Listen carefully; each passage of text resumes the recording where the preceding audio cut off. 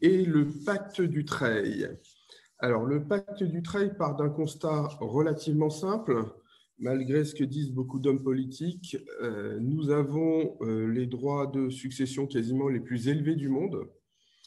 Et lorsqu'on parle de transmission d'entreprise, ça pose une difficulté. Pourquoi? Parce qu'un chef d'entreprise décède, ses enfants soit ils travaillent avec lui et vont pouvoir payer des droits de succession, mais pouvoir aller jusqu'à 45%. Et donc, on va se retrouver avec la nécessité souvent de prendre de l'argent sur la société.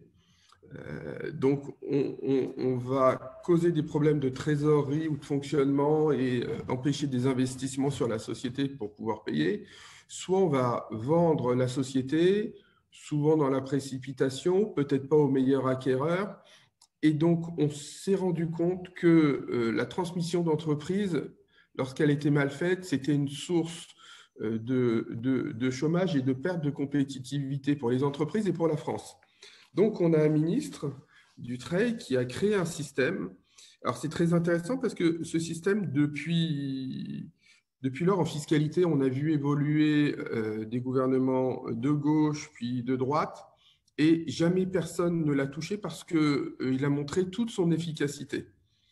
Et l'intelligence de ce système est de dire, si vous transmettez votre patrimoine professionnel, après on détaillera ce que c'est, à vos enfants, à vos ayants droit, alors pas obligatoirement à tous les enfants, à certains enfants, et vous vous engagez à conserver les titres pendant une certaine durée, on verra qu'il y a un engagement individuel et collectif, vous allez bénéficier d'une réduction, d'une réduction de droits de 75%. Alors c'est énorme. Et on verra tout à l'heure, à la fin de la présentation, on vous a fait une simulation. Quand on parle de petites entreprises, c'est déjà important, mais alors dès qu'on va sur des sociétés en valorisation qui dépassent les dizaines de millions d'euros, c'est exceptionnel. Donc, ce système est sur le principe excellent. La difficulté, c'est que derrière, comme souvent en France, on a une administration fiscale qui est venue revoir les règles, les modifier. On verra que Macron a un peu amélioré le système parce qu'on avait un système de déclaration annuelle que très peu de gens faisaient et le non-respect de l'envoi d'un courrier remettait en cause des donations à hauteur de plusieurs millions d'euros.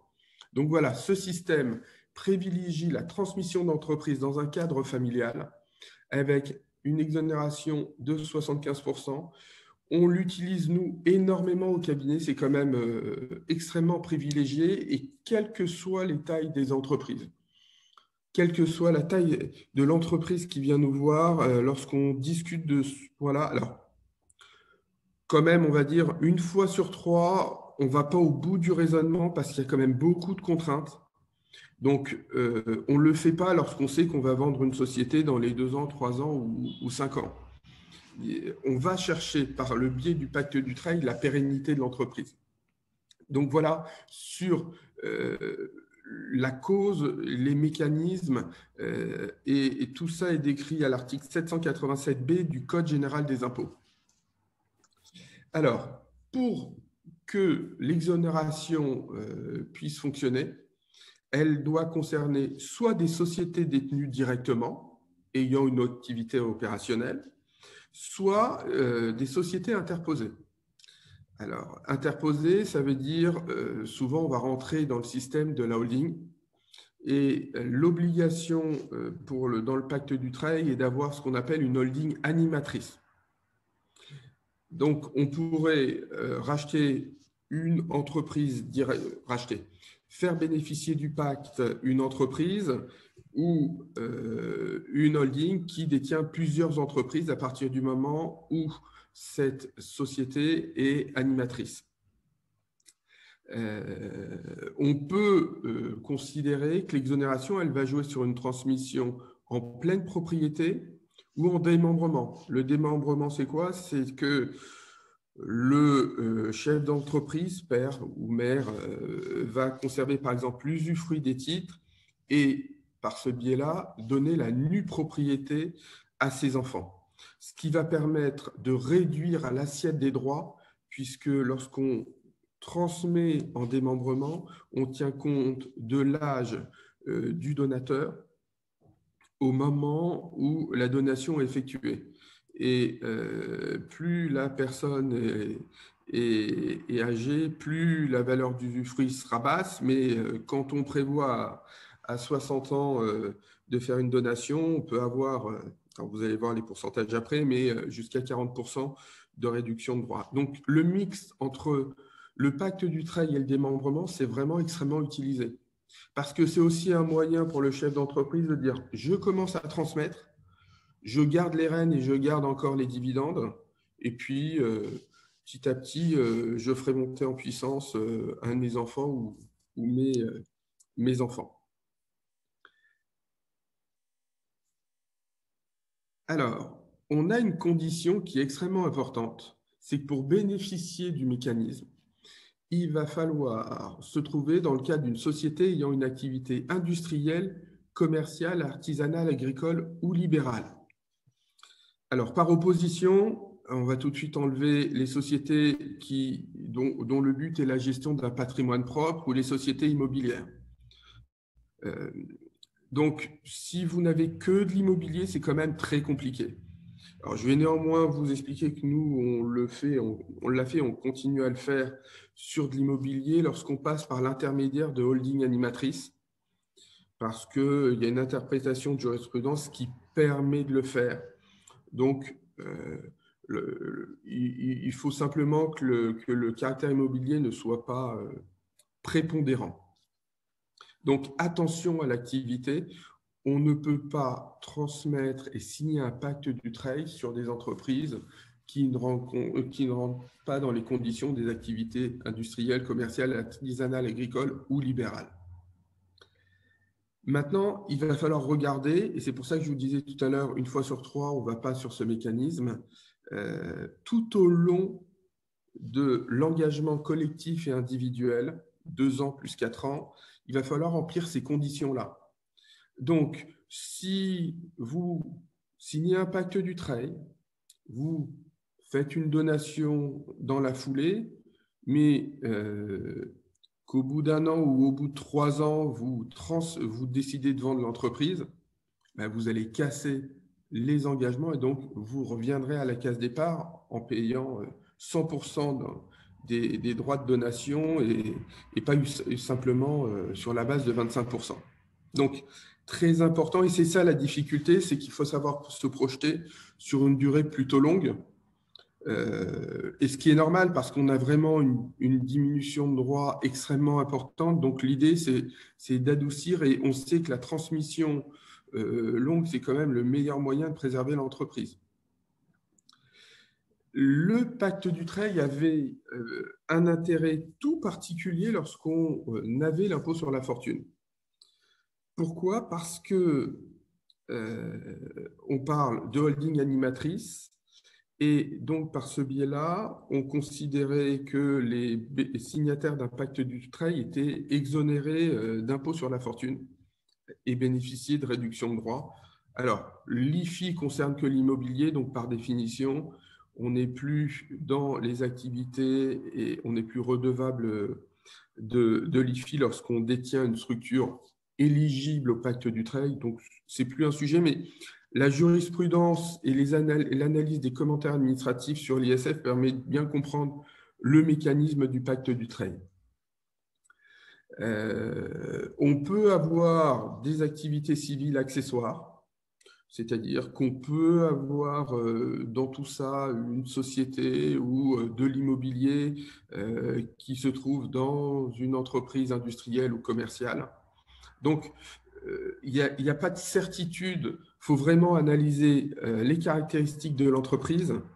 Là, ce que je vous ai nommé, c'est vraiment les éléments essentiels à regarder pour rentrer dans le pacte du trade.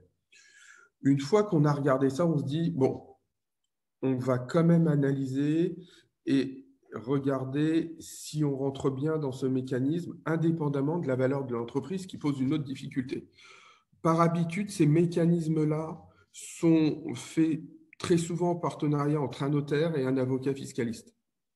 Parce que le notaire ne vous validera jamais le schéma. Par contre, sur la donation, c'est bien le notaire qui interviendra. Alors, l'obligation et le pacte Dutreil, pour en bénéficier, on a une obligation de conservation des titres. Donc, on vous a fait un petit schéma qui est relativement simple. On a d'abord un engagement collectif de conservation qui est de 2 années. Cet engagement collectif, alors je ne vais pas trop rentrer dans les détails, mais il doit porter au moins sur 17% des droits financiers et 34% des droits de vote. Bon, généralement, là on va dire l'histoire des 17 et 34, ça concerne des entreprises quand même d'une certaine taille, qui peuvent être cotées avec des sujets un peu différents. Généralement, nous, on va viser dans le pacte Dutreil un engagement le plus large possible. Donc, cet engagement, c'est quoi cet engagement? C'est que le futur donateur,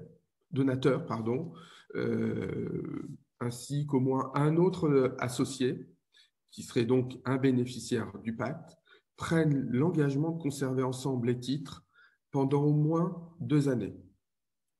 Extrêmement important, pour faire un pacte Dutreil, c'est un pacte entre associés.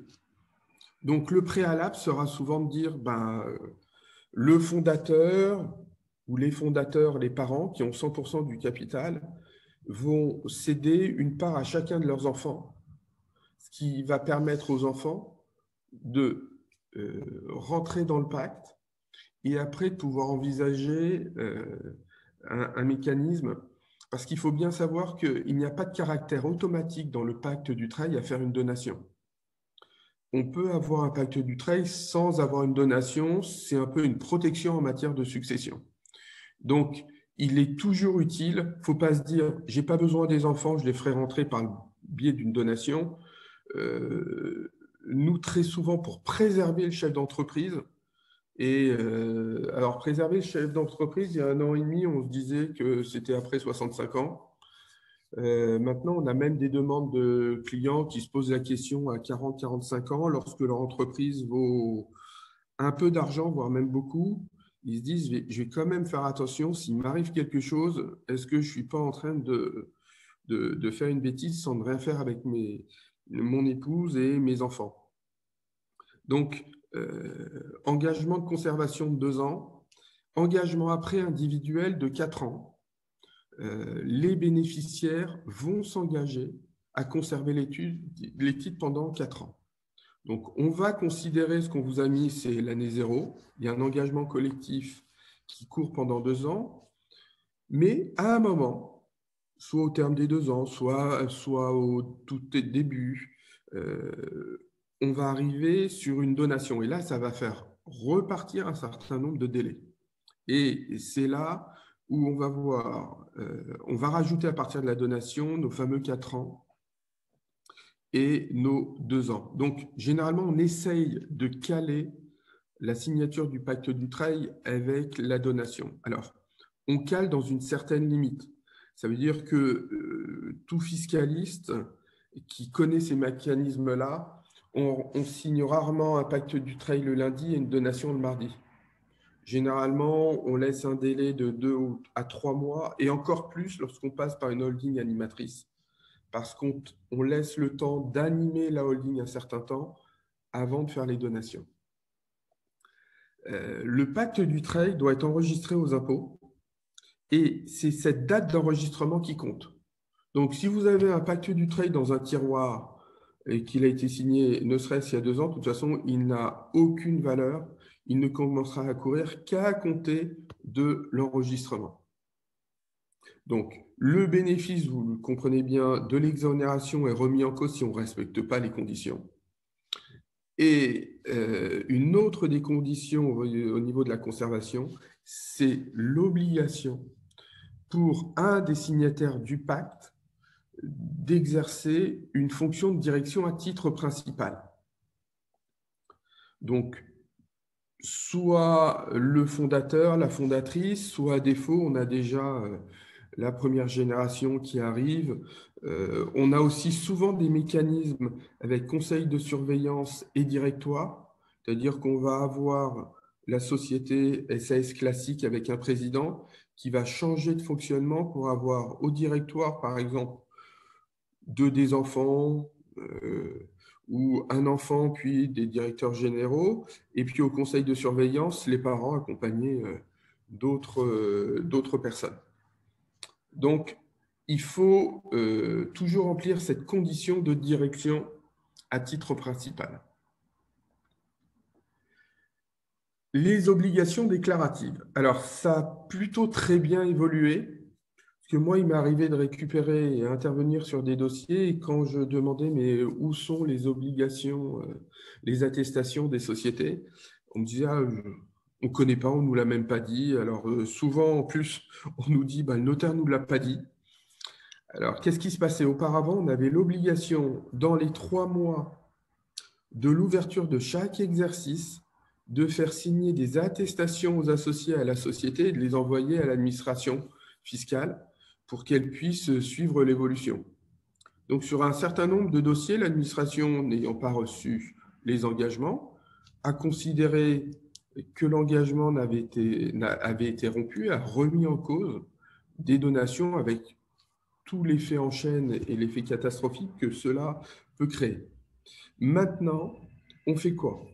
On a l'obligation d'avoir une attestation pour chaque héritier ou légataire au début du régime fiscal. Donc, si vous avez signé un pacte Dutreil en 2020, vous devez faire les fameuses attestations là, d'ici à la fin du mois. Alors, généralement, ça se cale aussi sur la date limite de dépôt des comptes. Donc là, cette année, on arrivera au mois de mai. Ou si l'administration en fait la demande. Donc, l'attestation, elle va certifier qu'on remplit bien l'engagement individuel et puis les engagements collectifs et que la société remplit bien l'obligation au niveau de l'activité. Donc, attention, Macron avait promis une simplification. Il a amené cette simplification, et heureusement parce que ça avait un côté totalement ridicule, mais ça reste quand même quelque chose de complexe. Alors, on vous a fait un petit schéma sur une valorisation que j'appellerais plutôt basse, puisqu'on est sur une société d'une valeur d'1 million d'euros et on va considérer un associé qui a 50% de la société et il va décider de transmettre parce qu'il remplit les conditions sur ces 50%. Alors, je ne vais pas vous refaire le calcul en détail, mais en considérant que dans ce cas-là, la personne n'a jamais fait de donation à un enfant, on va quand même arriver à quelqu'un qui, sans pacte Dutreil, aurait 80 000 euros à payer et avec le pacte Dutreil, aurait 5 000 euros à payer. Alors, pourquoi il y a un tel écart? Il y a un tel écart parce qu'on est sur un taux relativement bas et qu'on a pu utiliser l'abattement de 100 000 euros. Donc, effectivement, normalement, on n'a pas un écart entre 5 000 et 80 000, mais c'est le fameux 75%. Donc, ça se calcule. Et là, en plus, pour tout vous dire, on est en donation en pleine propriété. Donc, vous imaginez que si la personne avait donné l'usufruit, elle n'aurait rien payé pour un montant quand même un peu important. Donc, cet exemple, il est là pour vous montrer tout l'intérêt du pacte Dutreil. Nous, on a été sur un dossier où on parlait de normalement pas loin de 5 millions d'euros. Et lorsqu'on a mixé de droits à payer, et lorsqu'on a mixé tout ça, nos clients, ils étaient à un peu moins de 500 000 euros à payer. Donc, c'est totalement différent de ce qu'on peut avoir dans le cas sans rien faire, malheureusement, au décès de la personne.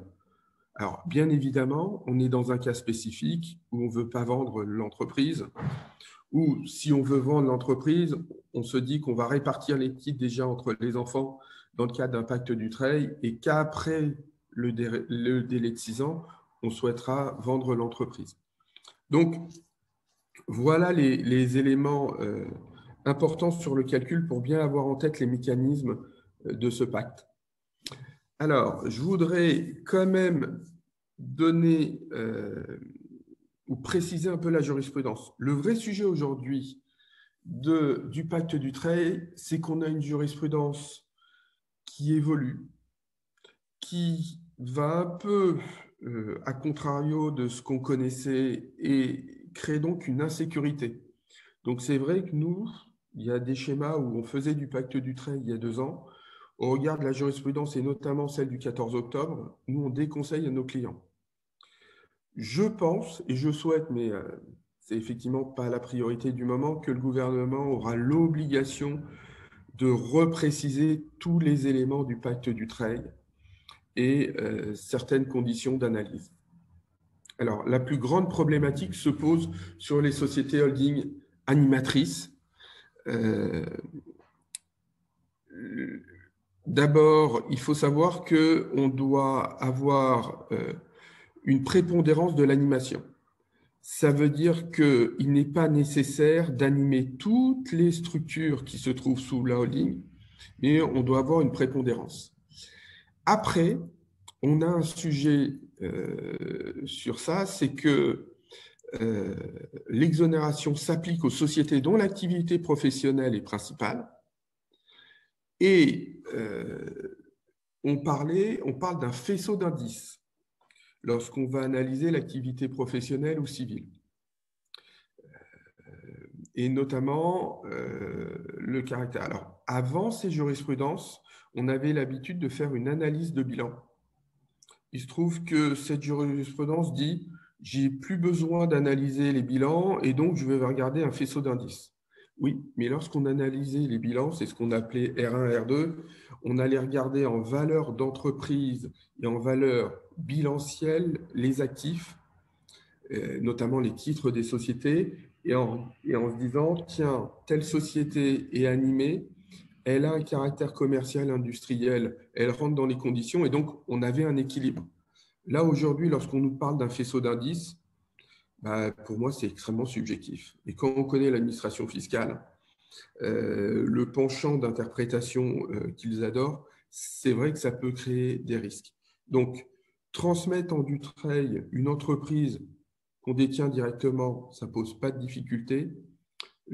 Au niveau de la holding animatrice, il faut vraiment remplir les conditions dans toutes les structures pour éviter de pouvoir être mis en difficulté. Alors, pour terminer, je voudrais juste vous expliquer comment nous, on assiste nos clients dans le cadre d'un calendrier. Ce qui est important, c'est de comprendre que on va d'abord, lorsqu'on vient nous voir, on nous explique, voilà, on a un sujet de transmission. Allez, on va dire 2 fois sur 3, nos clients ne pensent même pas au pacte du trail, donc on en discute avec eux. Puis, on va aller regarder la faisabilité, on va analyser le patrimoine, on va faire des simulations et on va signer un pacte du trail. Et on a un séquencement obligatoire dans ces mécanismes-là. Si on est sur une holding ou qu'on crée une holding, ça veut dire qu'on va attendre la création de la holding, que la holding soit animatrice. Alors, animatrice, c'est un grand sujet et on pourrait en parler pendant des heures, mais c'est notamment le fait pour la société de prendre les décisions et de démontrer qu'elle prend les décisions pour ses sociétés filles et qu'elle décide donc de la stratégie du groupe. Donc, quand on signe cette convention, le lundi, on ne fait pas une donation le mardi. Quand on regarde les jurisprudences Cour de cassation et Conseil d'État, on se rend compte que généralement, on va attendre 3 à 6 mois, une fois que la holding est créée, qu'elle a commencé à être animée, pour signer un pacte du trail. Et une fois que le pacte du trail est signé, 1 ou 2 mois après, on va aller vers la signature, vers la fameuse donation, même si elle n'a pas un caractère obligatoire. On pourrait tout à fait avoir un pacte du trail en prévision ou en protection. Et une fois qu'on a signé le pacte du trail, on ne rentre pas chez soi en se disant « super, j'ai mon pacte du trail ou ma donation ». Il faut la première amener, remplir l'engagement et envoyer à l'administration les éléments. Et si l'administration en fait la demande, tous les X années, pouvoir y répondre. Faire attention sur la rédaction du pacte. Par exemple, ce qu'on regarde, nous, c'est le caractère et le renouvellement automatique du pacte. Ça peut être un handicap parce que si on a décidé d'organiser une donation pour pouvoir après revendre la société à 8 ans, 10 ans, 15 ans, si le pacte se renouvelle, ça peut poser des difficultés. Donc, le pacte, aujourd'hui, a un intérêt en termes de donation ou de succession, plus du tout en termes d'ISF, et donc ça, c'est quand même beaucoup mieux, même si on peut se poser la question, est-ce que ça ne va pas revenir d'ici un an? Voilà, j'espère que vous avez bien compris ces aspects-là. Alors, je vais regarder si on a des questions. Alors, ça va être relativement simple parce que j'adore qu'on parle. Il y a Lynn qui pose la question de savoir est-ce que ça peut concerner une société de marchand de biens? Non. Non, non, il faut vraiment faire attention. Et derrière, on parle d'une SARL de famille exerçant une activité de loueur en meublé. Toutes ces activités-là sont extrêmement en risque. Pour moi, ces activités ne sont pas éligibles. Alors, par exemple, on a eu un sujet pendant longtemps, c'est est-ce qu'une société de promotion immobilière peut être éligible? Alors, ce qui peut apparaître comme étant évident aujourd'hui, parce qu'on se dit, ben, un promoteur, c'est un professionnel de l'immobilier, mais il ne conserve pas les biens. Ben, on a de la jurisprudence. Euh, et, euh, et pour le coup, les tribunaux se sont posé la question. Aujourd'hui, il est plutôt établi qu'un promoteur peut le faire.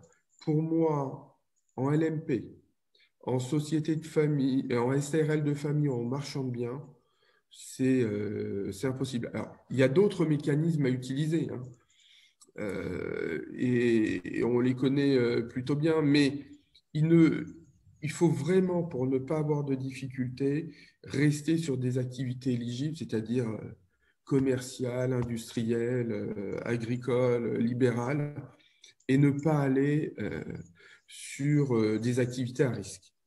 Et ce qui intéresse le pacte, c'est l'activité, ce n'est pas la forme de la société. Tout à l'heure, je viens d'en parler, quelqu'un me posait la question sur la SRL de famille. J'ai dit, je ne veux pas de SRL de famille, puisque souvent on l'utilise dans une activité de loueur en meublé.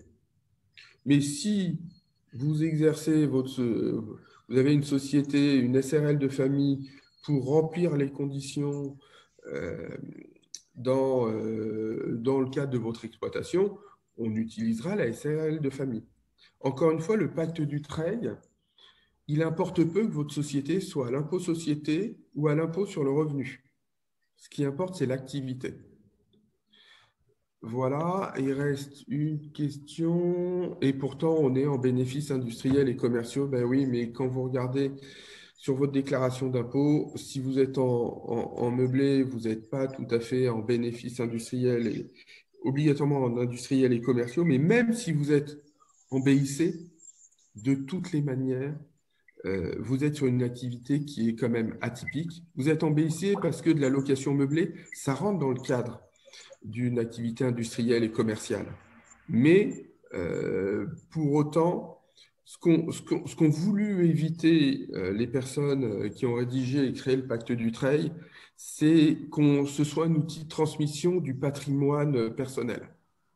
Et effectivement, et notamment du patrimoine immobilier. Donc, il faut faire attention à ces sujets-là. Dernier point, on me parle du pacte post-mortem. Alors, on n'est pas tout à fait sur les mêmes avantages.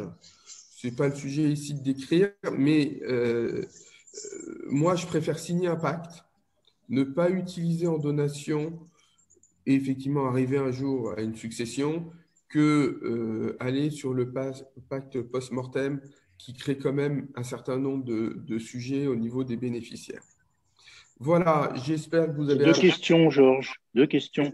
Oui, La première, c'est est-ce que, par exemple, pour une holding, le fait que les dirigeants soient salariés dans la holding et facturent des honoraires d'animation à ses filles, est suffisante pour trouver le rôle d'animation? Alors, on n'est pas comme La en deuxième matière question, d'impôt, je vais te répondre, la deuxi- on n'est pas comme en oui, matière d'impôt sur la fortune où il fallait avoir une rémunération importante. En pacte Dutreil, on dit tout simplement il faut avoir un vrai poste de direction qui soit exercé par un des membres signataires du pacte. Donc, d'accord. que la personne ait un rôle technique dans l'entreprise avec un salariat ou autre chose dans une filiale, il importe peu. C'est Ok. vraiment le fait qu'elle soit dirigeante, qu'une des personnes soit dirigeante. Ça, c'est important parce que ça va démontrer que le pacte est bien fait pour transmettre et celui qui transmet, c'est celui qui continue à diriger ou qui commence à diriger dans le cadre de la transmission. La deuxième question, est-ce que dans le cadre d'une société industrielle qui bénéficierait d'un démembrement d'usufruit temporaire d'une SCI, on peut faire un pacte Alors, du Dutreil? pour moi, oui. Parce que normalement, alors après, c'est là où la nouvelle jurisprudence peut poser problème quand on parle de faisceau d'indices, parce que ce n'est pas pour moi essentiel. Euh, le caractère essentiel, il est dans l'activité industrielle. Ok. Un usufruit temporaire sur le local, sur des bureaux, ça ne remet pas en cause le Je mécanisme. parle d'une usine, hein. Oui, oui, oui, mais même d'une usine, hein. Moi, j'ai le cas sur des usines ou sur des bureaux. Ça reste un usufruit temporaire. Lorsqu'on va transmettre l'entreprise, on va voir dans 5 ans, 10 ans ou 15 ans l'usufruit qui va s'éteindre. Donc, Hmm. ce qu'on transmet, ce n'est pas le bien immobilier, c'est le droit à pouvoir utiliser l'usufruit pendant une certaine durée. C'est pas un obstacle. Non, ce n'est pas un obstacle. Et Ok. je vais juste terminer par ça. Il y a quelqu'un qui demande si la donation en démembrement pose un problème pour le remboursement du compte courant au donataire. Non, non, non, il n'y a pas de difficulté particulière. Il faut bien isoler les sujets un par un. Les problématiques de compte courant, ce n'est pas parce qu'on a des problématiques de remboursement de compte courant de toute façon, celui qui donne, il reste. Généralement, nous, on le fait rester associé au moins pour une action. Donc, à partir du moment où reste associé, le compte courant, il peut avoir une durée de vie beaucoup plus importante. Voilà, j'espère que vous avez apprécié. Je vous souhaite un bon week-end.